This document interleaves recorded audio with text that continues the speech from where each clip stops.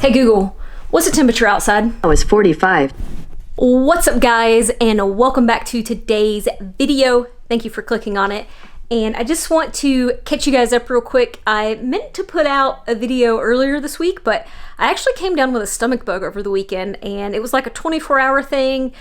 And obviously, once you get a stomach bug, you have to recover for a couple days because you're pretty much completely dehydrated, depleted. And so I've just been focusing on fueling back up, hydrating, and I'm feeling back to 100%. I did my training session this morning on the trainer in the basement in the pain cave. I'm back on the coffee. If you guys have watched some of my earlier videos, you'll know that I stopped drinking coffee for the race season. Though the race season is not quite over, I still have 2 more races in the next 2 weekends, but I kind of was craving it, and these are both endurance events, and I feel like coffee just is good for that type of thing. So you're pretty much caught up now. That's what you guys have missed. The race this weekend is the 6 hours of Blankets Creek. So gonna be racing my mountain bike for 6 hours. This will be my 3rd year doing this event.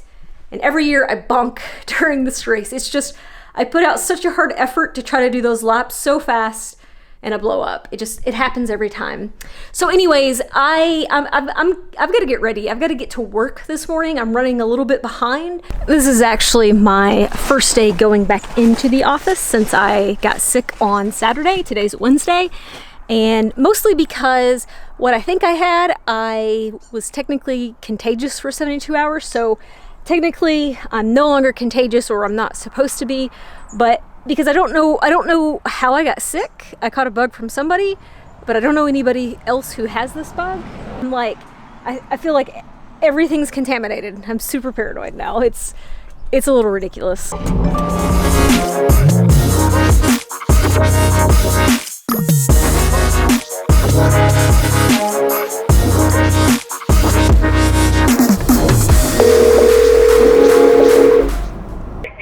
Questions or anything we need to address, and then talk a little bit about the race this weekend. I don't have any questions. I feel like things are going pretty smooth.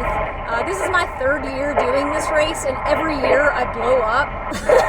A little bit of beef jerky, okay. And I like having some potato chips. Yeah, some salty it's starchy, chips. Yep, super fast energy from the potato chips, with also a little bit of a different taste from like the goo. It's not so sugary tasting. Yeah.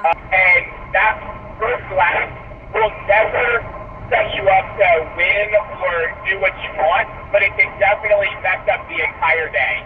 You want to have consistent tasting across the whole thing if you can. To get into where you were and maintain over the last couple of weeks, because right now, if I'm building that, what's going to happen is we're going to get January, February, and you're just not going to have enough extra time to increase volume, and you'll be maxed out on intensity, and so you'll just be kind of in a place where you're just stuck. Grinding all day, stepped out for lunch to get some errands done because fortunately I have to do adult things sometimes, but was super productive on my lunch break.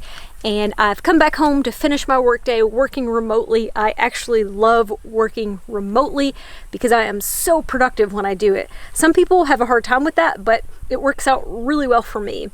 You guys just heard me talking to my coach. We just did a 4-week checkup. Basically, every 4 weeks we have a call and talk about how things are going. And things have been going really well. I've been really enjoying the training plans. They've been awesome.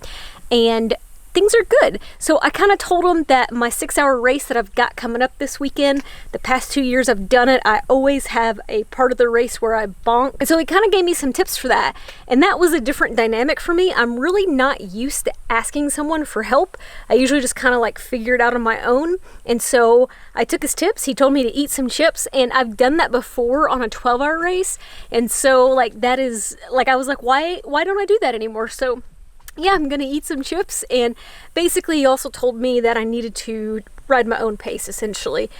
And I mean, that's really the best tip there is. I just need to listen to it. But yeah, the next race coming up is on Saturday. It's a 6-hour mountain bike endurance race. I'm starting to get excited for it. Because I was sick, I wasn't as excited because, you know, felt kind of down, felt kind of weak, kind of tired, but that's rapidly improving. A lot of you guys have mentioned that you're following along with how having a coach is working for me.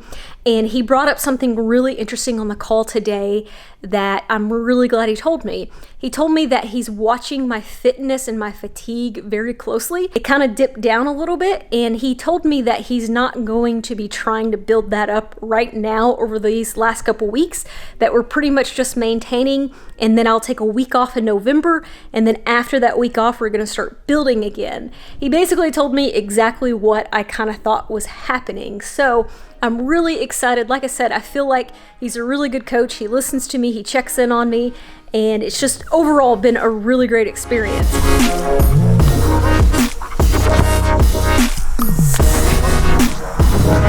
Alright guys, I'm going to end today's video here. I'm sorry if it was a little boring, but I wanted to give you guys a training life update now that I survived the stomach bug. I got my single speed out because I'm about to clean it up and do a little bit of maintenance to it because I'm going to have to sell it. I actually really like riding the single speed, but there's something about this bike I don't like.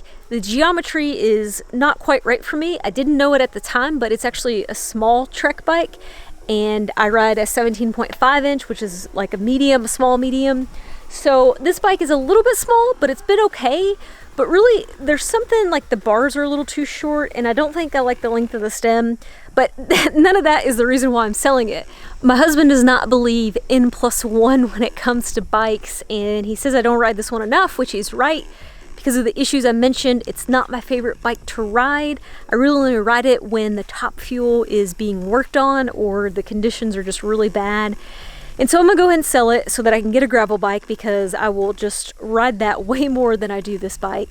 And I hope to have a single speed again one day in the future. So anyways guys, I hope you enjoyed this video. Don't forget to give it a thumbs up if you did. I'll see you on the next one, which will be a race video.